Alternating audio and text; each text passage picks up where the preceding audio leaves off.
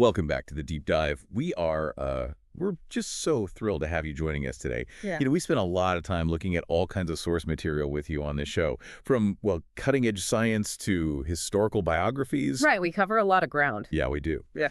But today, we have something truly unique and, incredibly heavy.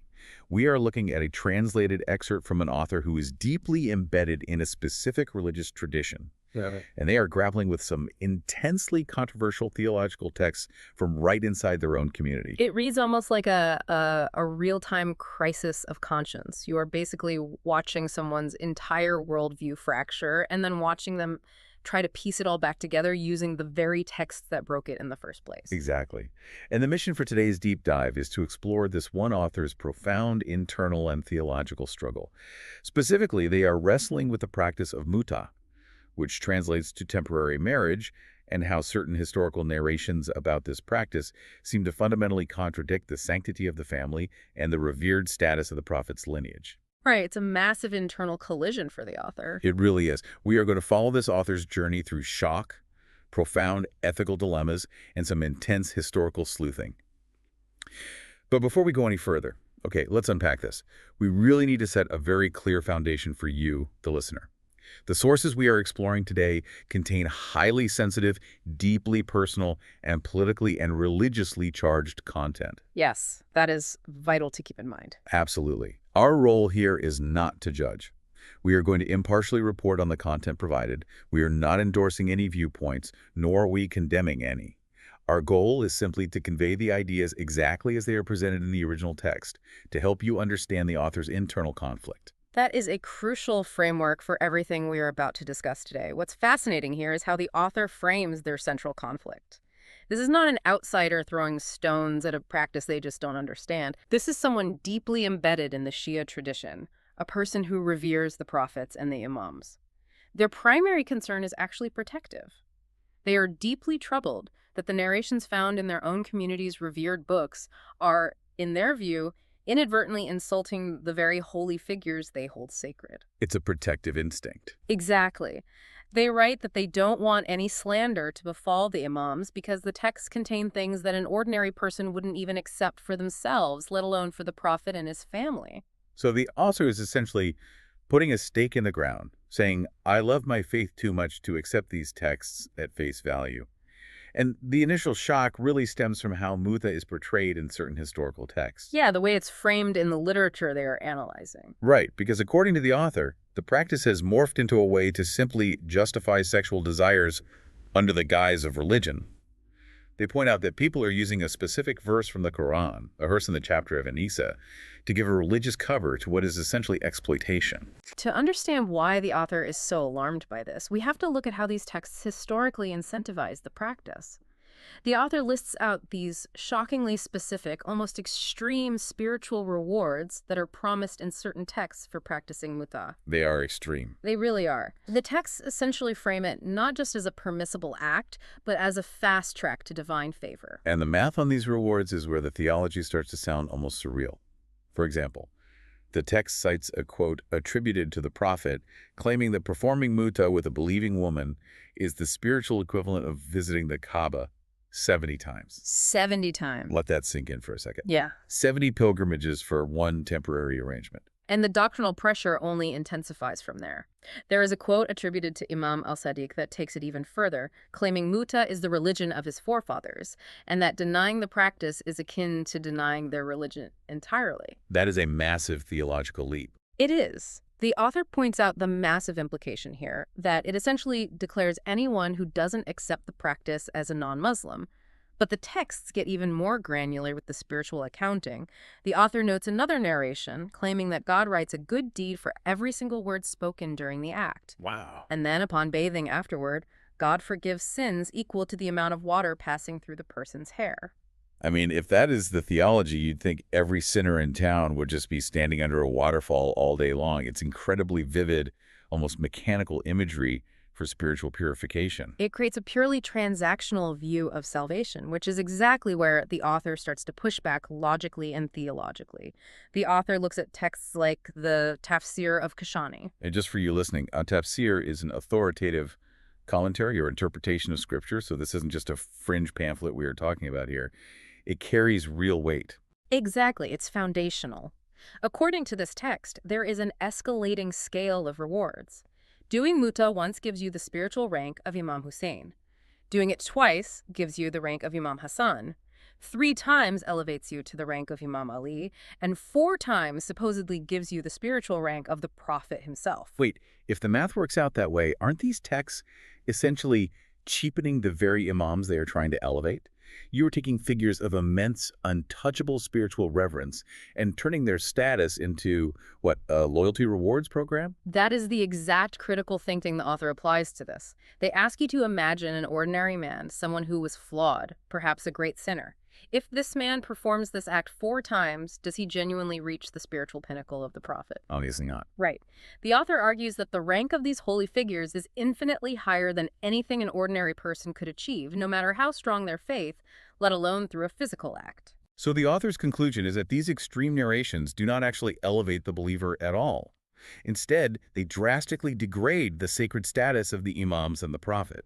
It makes their holy status seem completely accessible through exploiting a loophole. And that profound theological realization moves the author from a place of doctrinal confusion into a space of severe, visceral, ethical questioning. We transition from abstract commentary into the lived reality of these texts. Here's where it gets really interesting, because the author shifts from discussing old texts as words on a page to sharing deeply unsettling, highly specific personal memories that clearly haunt them. The crisis isn't just academic anymore. It becomes terrifyingly real during a trip to Iraq. It becomes a first-hand account. Yes. The first anecdote involves a very prominent religious figure, Imam Khomeini. The author describes a time when they were frequently visiting Khomeini, building a very close relationship with him. They traveled together to a town west of Mosul for an invitation from a prominent Shia family. The author makes a point to note that this host family was highly dedicated to their faith, even mentioning a commemorative photo taken during the visit. It establishes the atmosphere perfectly. The author and Khomeini were traveling as revered, almost untouchable honored guests. Their authority in these spaces was absolute. On their way back, they pass through Baghdad. Khomeini wants to rest from the journey, so they head to an area called Kadimia. They stay at the home of an Iranian man named Sayyid Sahib, who knows Khomeini well. And Sahib is thrilled to host them. Beyond thrilled. He prepares a feast, invites relatives, and asks them to spend the night. Now, here is the crucial, devastating detail. When it's time to sleep and the guests have left, Khomeini notices Sayyid Sahib's daughter, a beautiful child, merely 4 or 5 years old. According to the author's account, Khomeini asks the father, Sayyid Sahib, to bring the child so he can perform Mut'ah with her. And the father, viewing this as an immense religious honor from a revered leader, happily agrees. I just want to pause here for a second, because as a listener, hearing that a revered leader requested this of a 4-year-old child is incredibly difficult to stomach. And the author then writes a sentence that carries so much haunting weight. They say that Khomeini and the child slept in a room, and throughout the night, the author could hear the child crying. It is entirely devastating. You can just feel the author's absolute paralysis in that moment. The psychological focus of the narrative really centers on the morning after. You have to imagine the tension at that breakfast table. The author and Khomeini sit down to eat. The author's face must have betrayed their absolute horror because they note internally that there were older women, young adult women in the house, that Khomeini could have chosen to temporarily marry if he had to. Why a 4-year-old child? Khomeini actually notices the author's visible discomfort. He looks across the table and asks for their opinion. He says, "What do you say about Mut'ah with a child?" And the author, despite the trauma of listening to that crying all night, gives a completely submissive diplomatic answer. They say, the word is your word. Yes, the word is your word. You are an authoritative scholar, and I cannot object. That moment reveals the terrifying power dynamics of deep indoctrination. The author feels entirely unable to challenge the religious authority figure in the room, even when their own moral compass is screaming that a line has been crossed. And then Khomeini provides his justification, drawing directly from the religious texts. He explains that while actual intercourse with a minor is not allowed, Mut'ah with a child is permissible for the purposes of touching and kissing. The author points out that this isn't just an off-the-cuff, morning-after justification to save face. They specifically cite Khomeini's own written work, a book called Tahrir al-Wasila, which explicitly states that this practice is permissible even with an infant. If we connect this to the bigger picture, this anecdote crystallizes the author's internal crisis perfectly. It is the absolute stark clash between revered scholarly authority and baseline human ethics. It's the breaking point. It really is. The author is looking at a beloved, respected leader acting in complete accordance with established religious texts and realizing that the outcome is fundamentally ethically monstrous to them. It forces the author to question the very foundation of the authority they have dedicated their life to following. It is a crushing burden to carry. But the author's trial isn't over yet. They share a second major anecdote that shifts the focus from the ethical treatment of minors to the glaring systemic hypocrisy within the scholarly class itself. Another first-hand memory. Yes, and I want you to imagine the setting for this next memory. We are in the city of Najaf, sitting in the office of another extremely prominent religious figure, Imam Khoei. The atmosphere is tense when two young men walk in. The author sets the scene by noting that these two youths had clearly been arguing intensely and came to Khoei's office to settle a dispute. One is a Sunni Muslim, originally from Mosul but currently living in Najaf, and the other is a Shia Muslim. Hold on, so a Sunni youth walks into a prominent Shia leader's office, alongside a Shia friend, to argue about temporary marriage. That sounds entirely like a trap waiting to be sprung. It absolutely is a trap, and a brilliantly constructed one at that. The Sunni youth asks Imam Khoei a very direct question.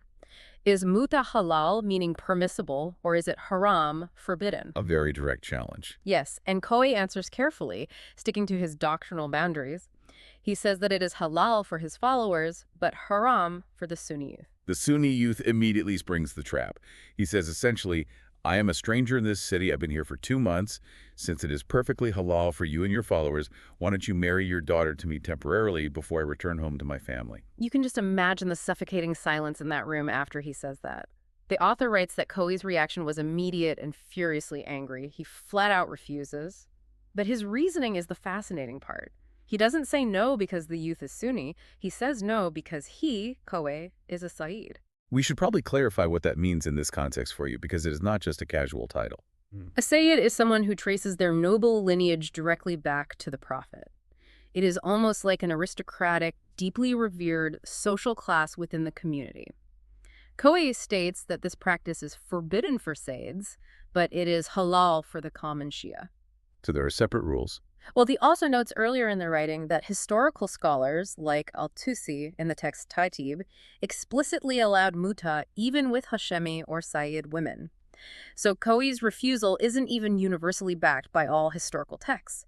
It is a personal boundary he is drawing to protect his own bloodline while simultaneously endorsing the practice for the daughters of the common people. The Shia youth who brought his friend there realizes this hypocrisy in real time. He looks at Khoei, a man he has likely revered his entire life, and sees a glaring double standard. The scholars permit the use of the commoner's daughters, preaching to the masses that it's a path to God, a way to earn 70 pilgrimages to the Kaaba, but they fiercely protect their own aristocratic daughters from the exact same practice. The fallout in that office is explosive. The text describes the Shia youth angrily detonating, calling the scholars criminals right to their faces. He accuses them of selling out the daughters of the common people while hoarding protection for their own. The betrayal he must have felt. Huge. The youth is so deeply disillusioned by this blatant, self-serving double standard that he angrily vows to leave the Shia faith entirely and convert to Sunni Islam right then and there. It is a moment of absolute spiritual chaos, and this is where we see a massive shift in the author. Unlike the morning breakfast with Khomeini where they stayed paralyzed and silent, here, the author finally breaks. They step in. They take action. Yes, they take the furious Shia youth aside, calm him down, and state unequivocally against the ruling of the prominent figure sitting right there in the room that mut'ah is actually forbidden. It is the definitive turning point for the author. They move from a passive, silent observer to an active dissenter willing to challenge the hierarchy. But stating it is forbidden to calm down a furious teenager is one thing. Proving it within the rigorous framework of their own deeply held religious tradition is an entirely different mountain to climb.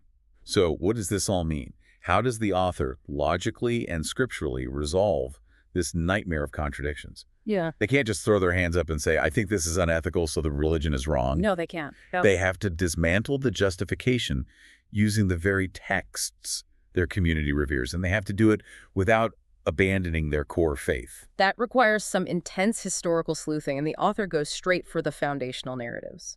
First, they have to tackle the common belief among their peers. In their community, the prevailing narrative is that Mut'ah was completely permissible and widely practiced until the second caliph, Umar, decided to ban it on his own authority. Okay, so it was seen as a political ban. Exactly. For many in the author's community, practicing Mut'ah is almost an act of historical defiance against Umar's ruling. But the author isn't satisfied with that surface-level narrative. They dig past the common talking points and go straight to the foundational texts of their own tradition, books like Tahib and Wasail al-Shia. And what they find completely upends everything they have been told. They unearth crucial, undeniable evidence from their own side of the historical divide. They find quotes from Ali bin Abi Talib, the first Shia imam, and an incredibly revered figure, a man whose word is considered absolute. In these texts, Ali explicitly states that the Prophet himself forbade Mut'ah. That is a massive discovery. It is, and the author notes a very specific historical marker to ground this claim. Ali says the Prophet forbade it on the day of the Battle of Khaybar, alongside a prohibition on eating the meat of domestic donkeys. It is that level of specific, almost mundane detail, the Battle of Khaybar, the domestic donkeys, that gives the historical account its authentic weight. It doesn't read like a later theological invention. It reads like a memory of a specific day and a specific ruling. And the author doesn't stop there. They keep digging. Yes, they find a quote from Imam al-Sadiq, where he is asked a very simple question. Did Muslims in the time of the Prophet ever marry without witnesses? And al-Sadiq answers with a single word, no. That no is the final nail in the coffin for the author's investigation. If Mut'ah, which is famously and frequently conducted in secret without witnesses, were a valid ongoing practice approved by the Prophet, al-Sadiq would never have given a blanket no. Right, he would have had to explain the exception. Exactly. He would have had to add a caveat for temporary marriages. The author takes these pieces of evidence and builds an ironclad logical deduction.